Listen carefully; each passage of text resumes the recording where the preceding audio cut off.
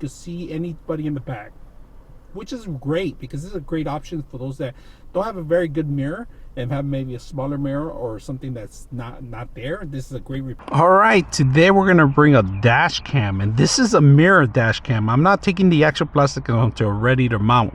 Now this one has a camera, two cameras, one in the back for the back camera, and this is for the front camera. And what I like about this, look at this, stretchable.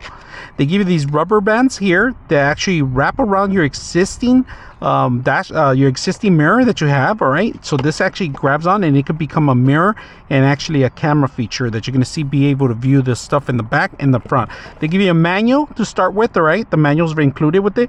They give you an extra accessory, extra larger ones, rubber bands, in case you have larger mirrors. All right, the new cars have a lot longer mirrors, so this is going to be adjustable. I have a smaller one here, so we're not going to have an issue actually setting it up. They come with the actual power, which is a cigarette lighter to Type-C connection.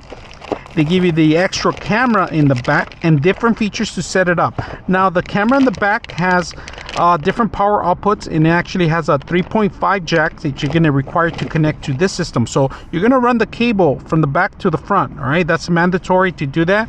So in the top of it, you got a couple of features. This is a touchscreen, and you have the AVI in, which is the 3.5 jack that we have, and then you have a memory card, which is that it's included already in here, and this is going to be 32 gigs, if you guys can see that. So we'll put it back. GPS if you require, but most of the phones have them already, and the Type-C connection for the power. Now to set it up is simple.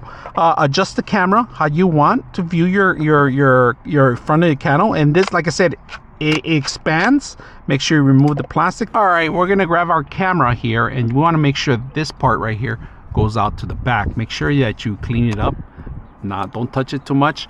This thing wraps around here into the existing glass, and you have different rails here that you could grab the actual camera from. So we're gonna choose that one and just pull it down for now. Do the same thing. And if the mirror is a little larger, it's fine. Just stretch it out. It comes out. And you adjust it how you want here. So I'm going to turn it on first time. Turn it on. And the camera, you're going to see it right now come on. And there it is. It's coming on. If you guys can see that. Gives you a little sound telling you, welcome and everything. So we're going to adjust this how we want to see the actual front. All right. And right now, we're going to adjust it very well. And it says SD card is not in format. Say OK. It's formatting the car. So here's the actual camera what we're looking at right now, and we're going to show you guys some of the features. Here, example, you have settings. Under settings, you can change the actual value of how many minutes it's going to loop. Sensor, any kind of sensor, that means movement. Force rear mirror, so we haven't set it up yet, but we're going to set that up. And resolution, we're running at 4K right now. So you got minimum requirements in here, but that's all you need. You got the time, you got the setup.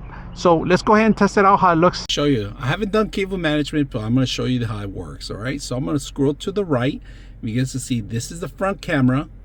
This is both cameras, the back and the front. All right, and then you can stop it, or you could go back, or you could go forward. So when you're driving in this mode, it's going to change automatically to the back camera, so you can see anybody in the back, which is great because this is a great option for those that don't have a very good mirror and have maybe a smaller mirror or something that's not there. This is a great replacement too also, and it shows you the rear. So this is the front camera, these are both cameras, and then the rear camera. Right, so automatically it's going to switch to the rear camera. This is adjustable. If you guys can see, the camera's adjustable here in the front.